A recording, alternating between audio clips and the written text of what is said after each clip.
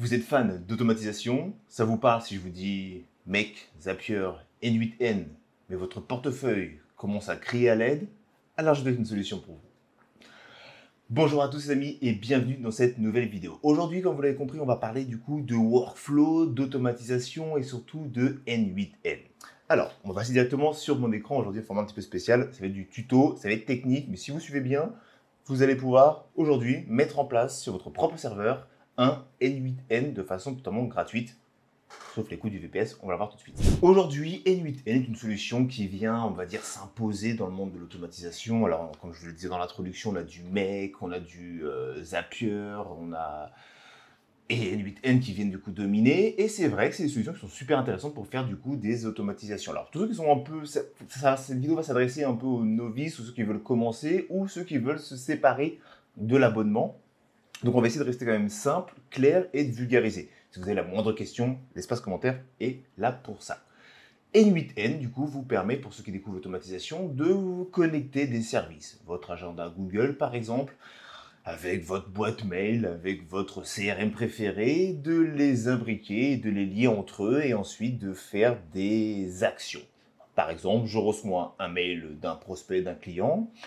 N8N va regarder ma boîte mail, ça va être le trigger, réception du mail, va l'analyser, je vais passer la moulinette pour pouvoir proposer potentiellement une réponse automatique, répondre au client, etc., etc., etc. Toutes ces briques, toutes ces applications tierces mises ensemble à la chaîne, c'est ce qu'on appelle du coup un workflow. Et ce workflow est très intéressant quand on veut du coup automatiser des tâches, c'est pourquoi on parle d'automatisation. Il y a des exemples concrets. Je vous montrerai les miens que j'utilise à la fin de la vidéo. L'objectif, c'est qu'aujourd'hui, ces outils-là, ils sont super intéressants, mais ils ont un prix.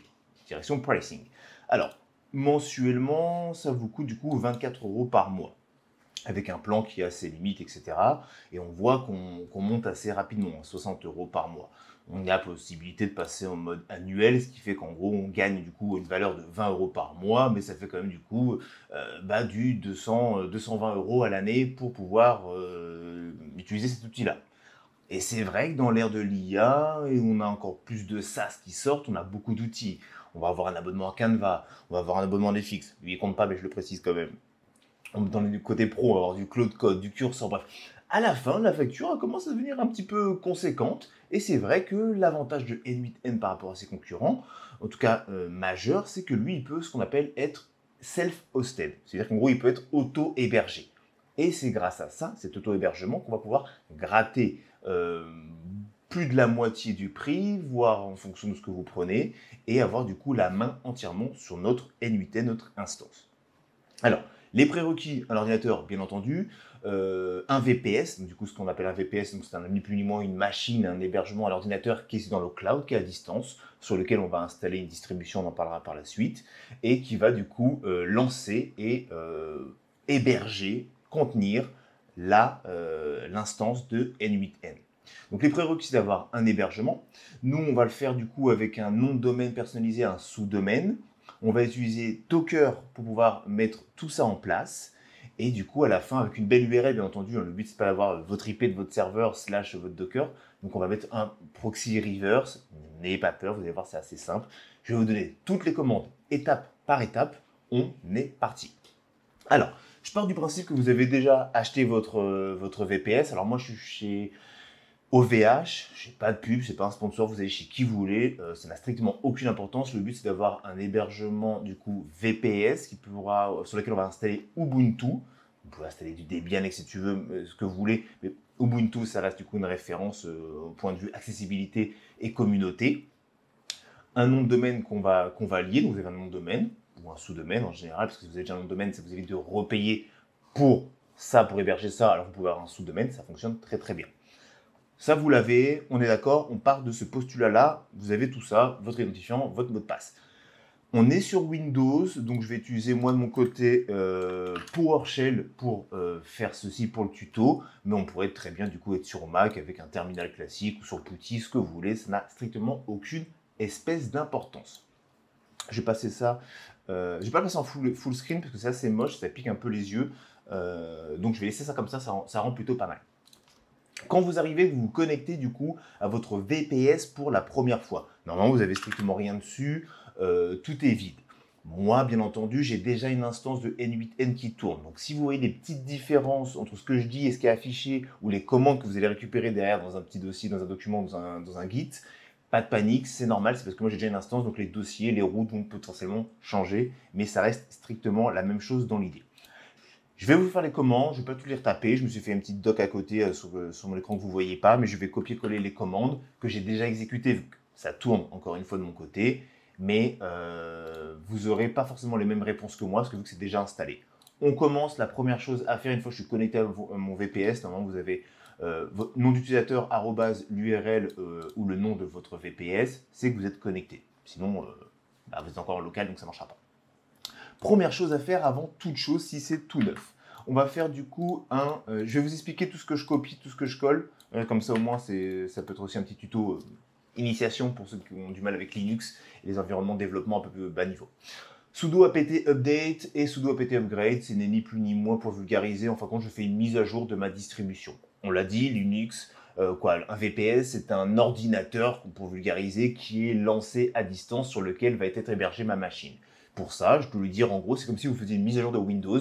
Ok, fais-moi la mise à jour de Windows, donc là du coup, de ma distribution Ubuntu, pour que tous les packages qui sont installés initialement soient à jour.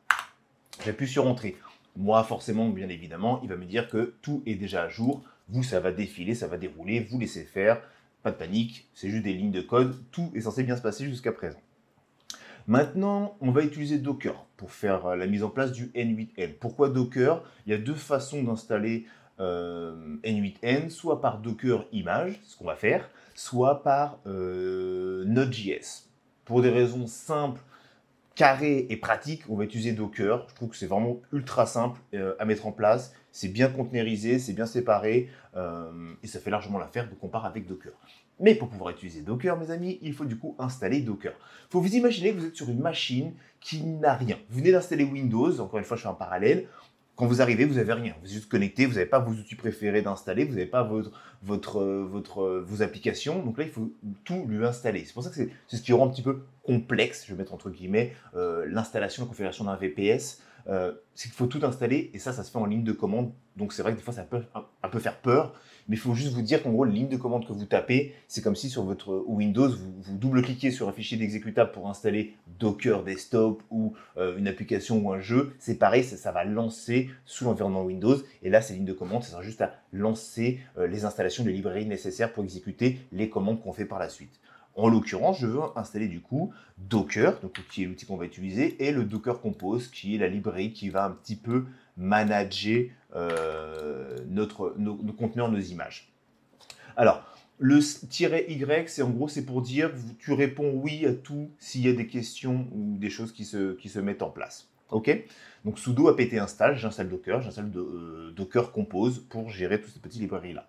Je fais rentrer, bien entendu, moi, tout est déjà en place, donc il me dit que je possède déjà la dernière version de Docker, pas de souci, parfait, on enchaîne. Petit bonus qui va être intéressant, parce que vous allez taper pas mal de commandes avec Docker. Normalement, dans Linux, vous n'avez pas forcément les droits. Et vous avez vu, vous avez remarqué, je suis toujours obligé de taper sudo. C'est 4 petites lettres. Sudo. Sudo, ça veut dire tout simplement, je suis le big boss du terminal, je suis un administrateur ultime, donne-moi les droits d'exécuter cette commande.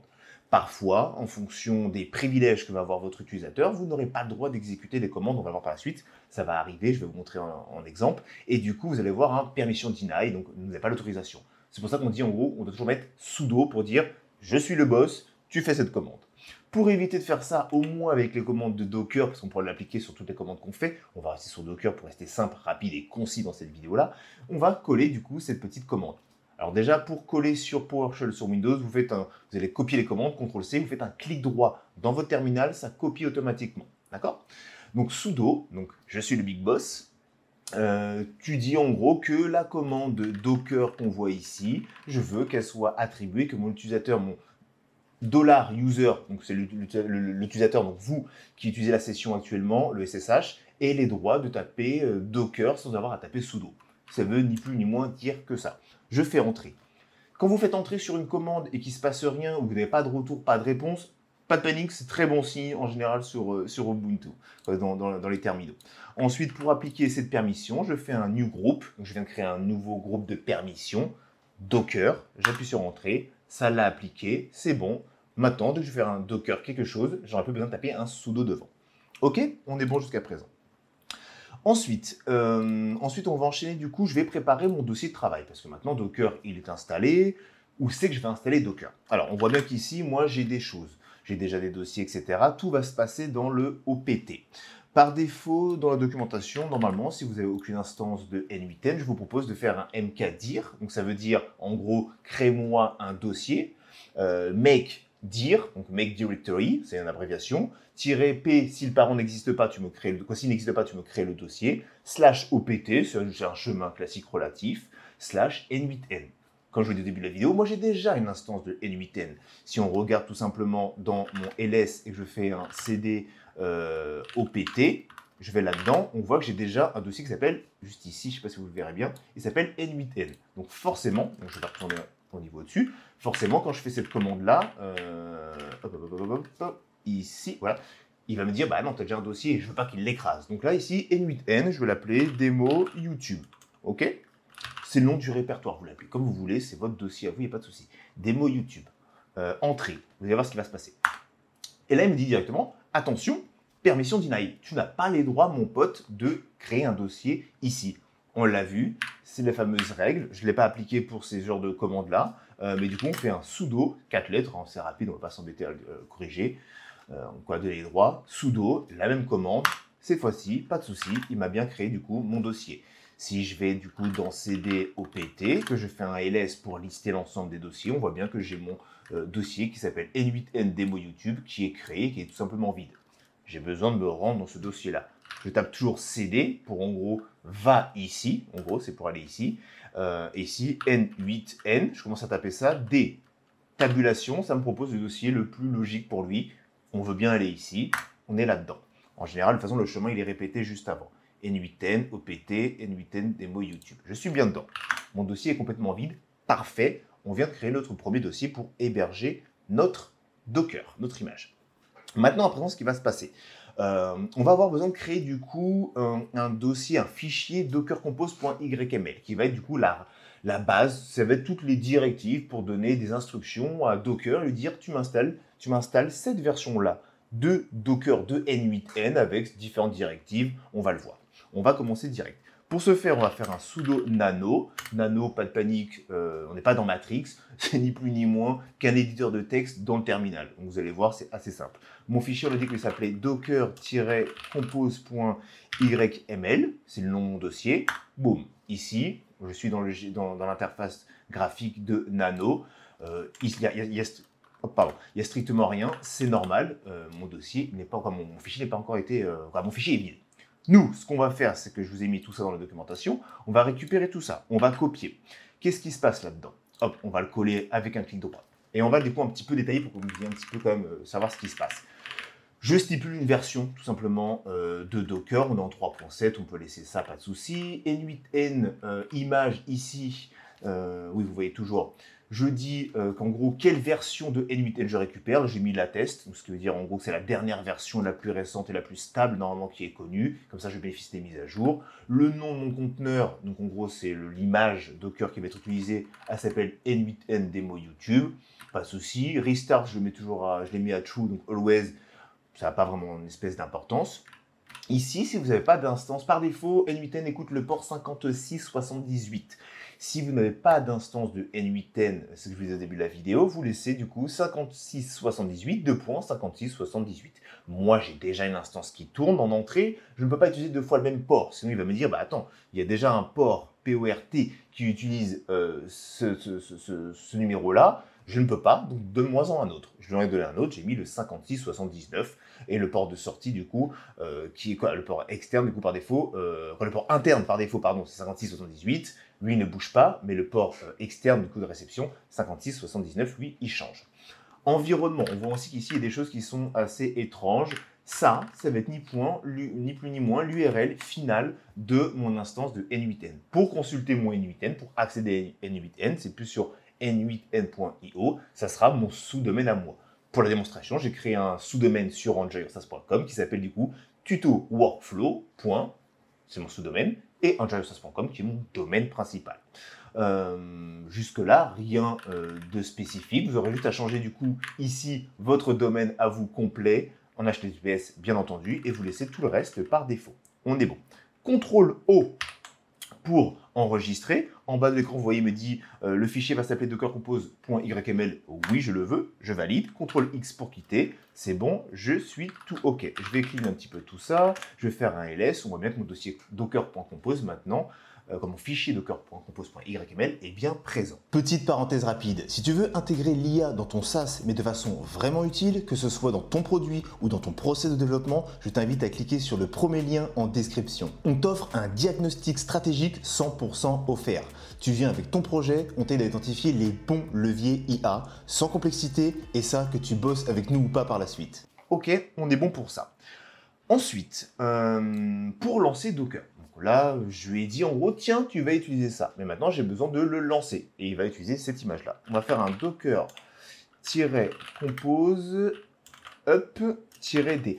Normalement, si vous le faites pour la première fois, ou si il va vous pull, vous faire un docker compose-pull, c'est qu'il va récupérer l'image. Moi, je ne le fais pas parce que j'ai déjà l'image qui est de mon fichier docker compose YML, qui est la dernière version. Et sur mon première instance que j'ai configurée, j'utilise déjà cette image-là qui est la dernière version, donc il va utiliser celle-ci, il n'a pas besoin de la pull. En fin de compte, il va prendre une image d'origine, une capture d'origine, et il va s'en servir pour instancier cette version-là. Mais il n'a pas besoin, la source, en fait, si vous voulez, la genèse, il n'a pas besoin de la repull à chaque fois, elle est à jour.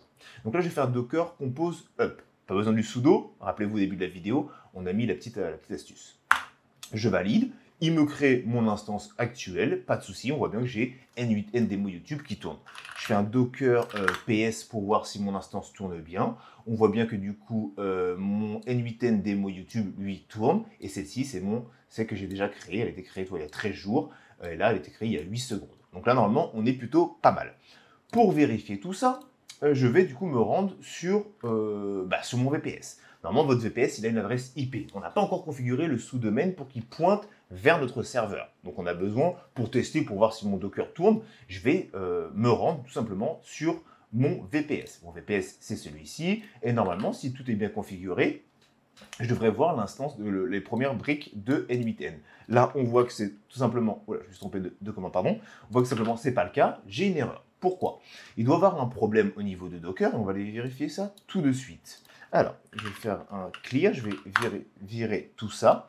Et on va vérifier tout simplement avec une commande qui me permet que je vous ai mis... je crois que je ne l'ai même pas rajouté dans le document. Je vais la rajouter, c'est pour voir ce qui se passe. Si vous voyez que ça ne se lance pas comme ça, vous avez la même chose. C'est parfait qu'on ait ce genre d'erreur comme ça, ou si vous rencontrez la même problématique, vous pourrez la résoudre en même temps. On va faire du coup un Docker. Donc, j'appelle toujours Docker pour dire ok, Docker fait ci, logs, et le nom de mon image, de mon conteneur. Nous, on l'a appelé N8N démo YouTube, rappelez-vous. Il va me dire, qu'est-ce qui se passe? On voit qu'ici, je n'ai pas la commande start qui n'est pas fournie. La plupart du temps, 100%, jusqu'à présent, à chaque fois qu'il se passe ça, c'est qu'on a un problème de configuration. Le Docker n'arrive pas à lancer. En fait, il redémarre en boucle. Parce qu'on a mis un restart à true, always, il redémarre en boucle et à chaque fois, il dit la commande start n'est pas prévue. Et en général, il se passe quoi? C'est parce que vous avez dans votre dossier N8N Data, il va se servir de ce dossier-là pour pouvoir lancer les commandes, les nodes, etc., les NPM. Et en général, c'est qu'il n'a pas les droits, tout simplement, pour pouvoir écrire dans... hop, je vais prendre ça comme ça, dans le dossier, ce qui fait qu'il n'arrive pas à boot. Ok? Donc ce qu'on va faire tout simplement, nous, de notre côté, on va coller la petite commande pour dire, écoute, maintenant, alors, sudo toujours devant, chmod-r7777, en gros, je te donne tous les droits, en gros, pour écrire dans le dossier N8N. Normalement, je n'ai pas besoin de le faire redémarrer. On va voir ce que ça a donné. Est-ce qu'il a pris en compte mes droits? J'ai pas l'impression. Alors, on va juste faire un logs. Qu'est-ce qu'il me dit? Ok, on va faire un docker. On va stop le conteneur et on va le relancer. Docker compose down, ça arrête mon conteneur. On va faire un docker compose up-d. Up-d, on va y arriver. Je le relance. Pas de souci, il se relance. Je relance un docker logs N8N YouTube. Et là, on voit bien que du coup, je n'ai plus l'erreur qui apparaît. tout est parfaitement lancé. Il me dit qu'en gros, sur tuto workflow, donc tout ce que j'ai précisé dans Docker Compose est actif et en tout cas, Docker y tourne.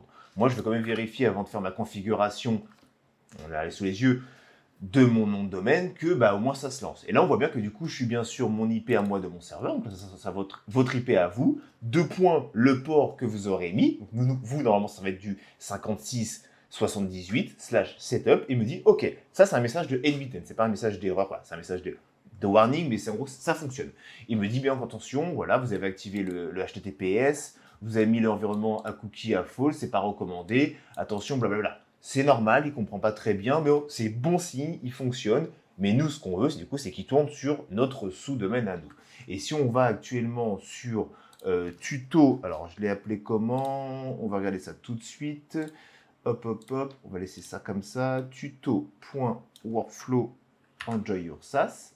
Normalement, si je vais ici et que je fais ça, il va me dire bah, bienvenue sur tuto.enjoy your SaaS. Ça va être votre hébergeur qui affiche ça. Problématique, c'est qu'en gros, bah, nous, on veut que notre sous-domaine pointe vers notre VPS pour lui dire, bah, écoute, maintenant, tu pointes vers N8N. Pour ce faire, c'est ce qu'on va faire tout de suite d'ailleurs. On va faire tout de suite. Pour ce faire, alors moi, je suis chez mon nom de domaine et chez OVH. Alors, je vais afficher OVH. La seule chose que vous allez à faire, c'est qu'en gros, aller sur votre domaine ou votre sous-domaine que vous utilisez et on va changer du coup, on va modifier l'enregistrement DNS. Sur la source, donc tuto.workflow.enjoyyourSaaS.com, je modifie bien cette valeur-là de type A. J'ai cliqué sur modifier parce que par défaut, en général, c'est déjà configuré. Donc, par défaut, ça vous fait pointer vers votre hébergement actuel, donc c'est ce qui est tout à fait normal. Ici, dans la valeur, à la place d'avoir la valeur de l'hébergement de Infomaniac temporaire, je vais y indiquer tout simplement l'adresse IP de mon serveur VPS ici, tac, ici, sans ça, sans les HTTP, bien entendu, uniquement l'adresse IP, il n'y a pas de port, il n'y a rien du tout. C'est juste pour le dire en gros, tuto-workflow.enjoy-your-SaaS, maintenant, toi mon pote, tu vas pointer vers mon serveur. Tu ne fais que ça. On enregistre, il y a un délai de propagation, en général, il faut attendre entre 5 et 10 minutes à peu près pour voir les choses bouger. Si au bout d'une demi-heure, vous n'avez rien, c'est qu'il y a potentiellement un problème. Petite disclaimer, vous avez potentiellement parfois votre registrar, votre hébergeur va vous créer un enregistrement de type A pour un sous-domaine ou un domaine que vous créez, et aussi donc pour l'IPv4, et aussi des enregistrements de type AAAA, les quadruples A. Et ça, c'est pour l'IPv6. Désactiver l'IPv6, on n'en a pas besoin et ça peut créer des conflits. Voilà, petite parenthèse. Maintenant, normalement, tuto workflow, quand le DNS sera à jour, eh ben, tuto-workflow.com pointera vers du coup mon VPS qui est totalement cassé. Mais ça, on va attendre du coup le délai de propagation. Pendant ce temps, nous, on va continuer à avancer sur le reste des mises à jour. On va continuer à avancer tout simplement. Voilà, configuré, c'est bon, notre nom de domaine, il pointe bien du coup vers notre IP, on est bon. Maintenant, ce qu'il va falloir faire, c'est que du coup, il va falloir faire comprendre tout ça, deux choses. Il va falloir faire comprendre à notre nom de domaine et surtout à notre VPS qui va recevoir une entrée d'un hébergeur externe. Et c'est ce qu'on appelle, du coup, on va faire un proxy reverse. Et on va aussi installer du coup un petit outil sur Nginx. Donc, je ne rentre pas dans les détails, mais c'est pour gérer les serveurs. On va utiliser un Cerbot pour qu'il puisse nous gérer des certificats SSL, etc. On va le faire step by step, pas de panique. Mais l'item, en gros, c'est installer Nginx et Cerbot. Pour ce faire, c'est relativement simple, encore une fois. De toute façon, vous avez juste des commandes à taper, donc c'est vraiment simple. Si vous ne comprenez pas, la section commentaire, encore une fois. Clic droit, sudo apt install, nginx, create, cerbot, puis vous copiez cette commande-là. Oui, je ne vais pas le refaire, moi c'est déjà encore une fois installé. Ça va dérouler tout simplement et on va installer du coup Cerbot. C'est lui qui va nous permettre de générer, du coup, grâce à nginx et Cerbot, les certificats, les pointages, les serveurs. Vous allez voir, on va gérer tout ça. On lance cette commande-là, ça défile, c'est bon, Cerbot est installé, pas de problème. Ensuite, qu'est-ce qui se passe? En même temps, on va vérifier pendant ce temps-là à côté. Ici, j'ai toujours rien. Tuto workflow enjoy your SaaS. Alors, je vais vérifier que je n'ai pas fait de bêtises. Tuto workflow @enjoy your SaaS ici. Je vais juste comme vérifier ça. Parce que si je vous montre des choses qui sont cassées, ça risque pas de marcher. Ok, c'est bon. Ça va être encore en cours. Pas de problème. Ici, on continue. Alors, je vais écrire tout ça parce que c'est un petit peu dégueulasse. On continue. Cerbot, on du coup, est installé. Maintenant, ce qu'on va faire, on va devoir du coup configurer les serveurs. Donc, serveur, côté Ubuntu, c'est Nginx. C'est tout ce qu'on fait vous Registra d'habitude quand vous êtes sur OVH, sur Infomaniac, tout quand vous faites des collections, des modifications DNS.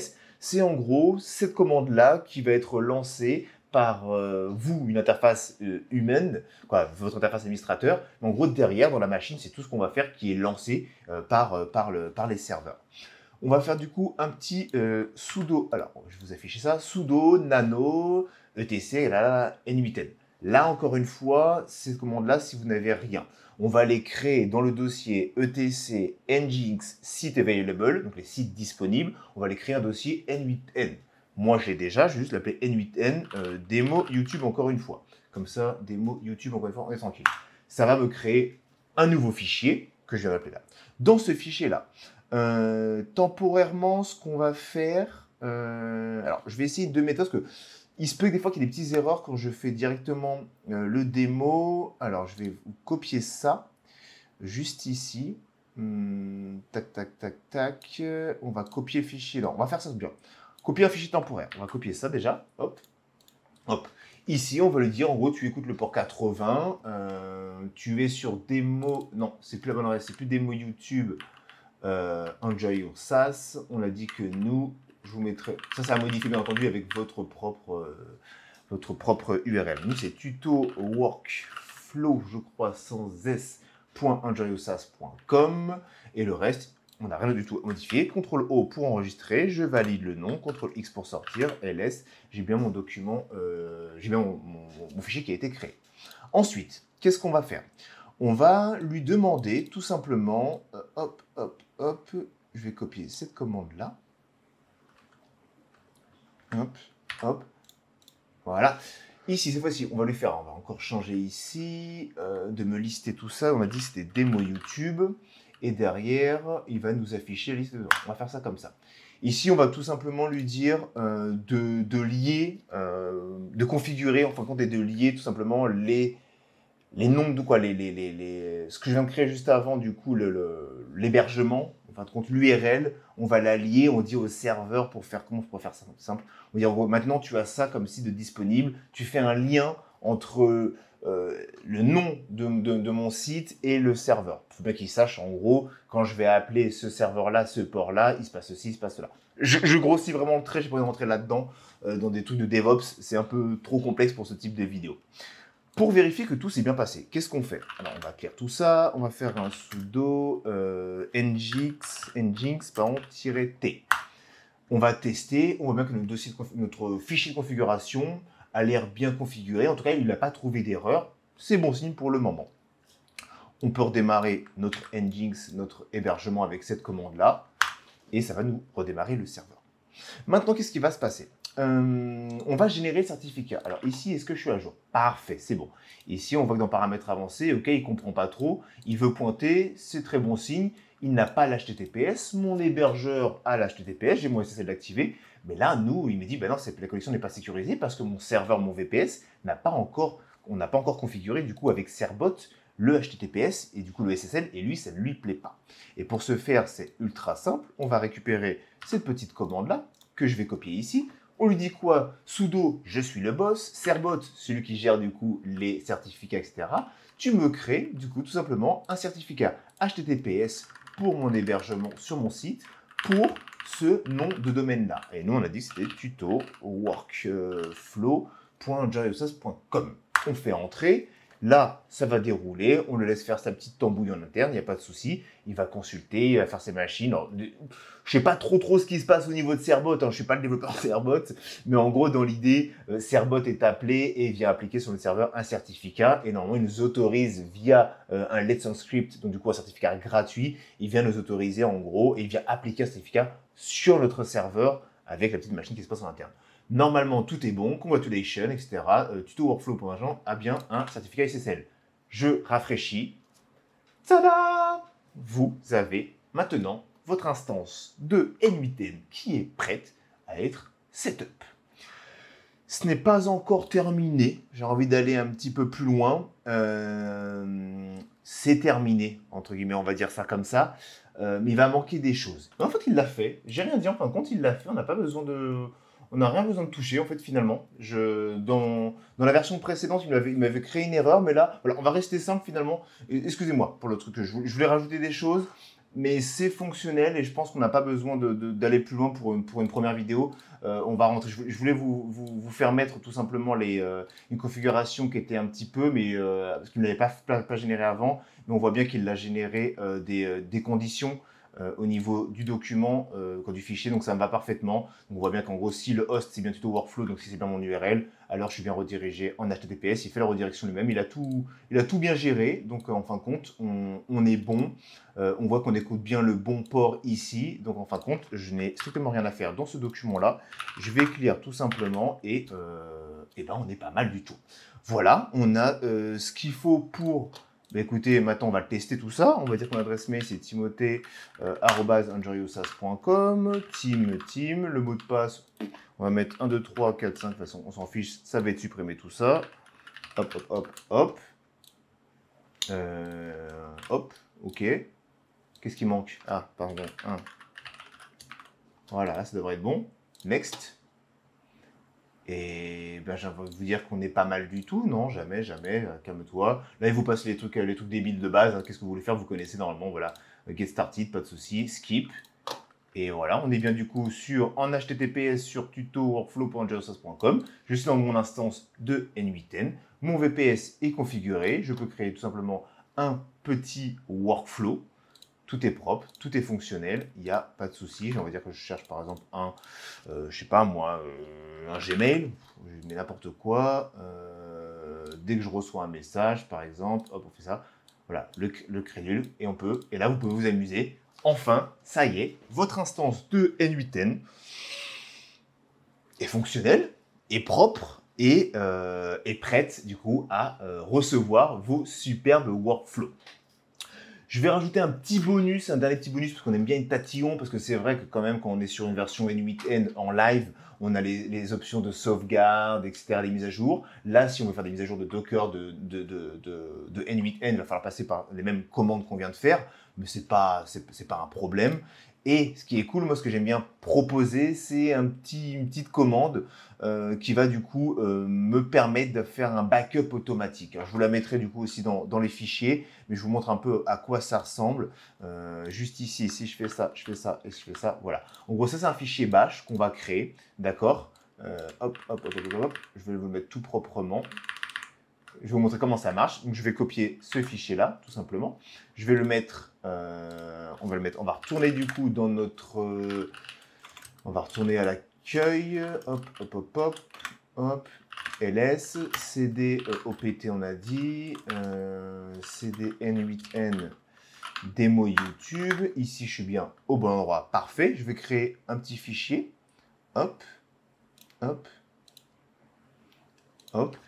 Sudo nano, on va l'appeler comment? Backup underscore n8n.sh. C'est un fichier bash qu'on est en train de créer. Ok, je colle, ça c'est la commande, il n'y a juste rien à faire, rien de spécial. Ça fait un backup en gros pendant 7 jours, ça fait un backup en gros de votre fichier tout simplement. Vous pouvez vous amuser avec l'IA pour configurer, pour changer la récurrence et tout ce qui va bien, il n'y a pas de souci.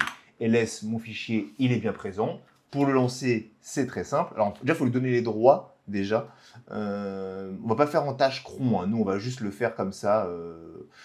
On va le lancer comme ça à la main. Alors bash, et il s'appelle du coup backup, fichier.sh. J'ai tapé quoi? J'ai pas tapé bash, j'ai tapé bash. Bass. Ça risque pas de marcher. Toujours le même problème. Sudo bash backup. Backup terminé. Il a été enregistré du coup dans N8N. C'est pas bon parce que du coup maintenant quoi, pour vous c'est bon mais pour moi ça va c'est pas bon parce que du coup il va me créer il me l'a créé dans mon dossier principal mais dans un dossier il y a un zip. Donc en gros normalement si je remonte dans mon autre dossier ls cd n8n ls je devrais avoir un dossier qui s'appelle backup, donc cd backup, et à l'intérieur j'ai quoi? J'ai bien mon archive, mon fichier, ma sauvegarde qui est faite. L'objectif, c'est pas de le faire à la main, de devoir vous reconnecter au SSH, mais c'est simplement de planifier une tâche, ce qu'on appelle une tâche cron, qu'on verra peut-être plus tard dans une prochaine vidéo si ça vous intéresse. Mais l'idée, en fait, une tâche cron, c'est que d'avoir une sorte de récurrence. On crée une tâche cron, en fait, en vrai, je vais vous la faire tout simplement ici. Je vais pouvoir faire ça comme ça. Je vais revenir quand même, j'aime bien ne pas toucher à ce fichier-là. cd-n8n démo, oui, on est bon, je clear tout ça. Je vais copier, du coup, je vais créer une tâche cron. Et là-dedans, le cron, en gros, je vous le mets comme ça, je vous le copie parce que, mince, je me suis trompé. Ça sera encore une fois à coller, mais en gros, voilà à quoi ça ressemble une tâche cron. Vous choisissez du coup une récurrence, où est le fichier. Donc là, nous, c'est notre fichier. Quel fichier je vais exécuter, à quelle fréquence, et les logs. Et en gros, vous faites Enter, vous configurez tout ça, et ça va prendre ce fichier-là pour mettre en place tout ça. Moi, je ne vais pas l'exécuter parce que ça ne m'intéresse pas du tout. Donc arrête-toi avant de tout casser.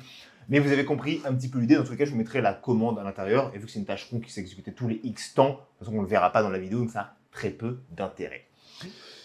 Mes amis, je crois que maintenant vous avez toutes les cartes en main, toutes les commandes et tout le tuto complet pour du coup héberger chez vous sur votre VPS une instance avec Docker, un domaine personnalisé de N8N et ceci à moindre coût.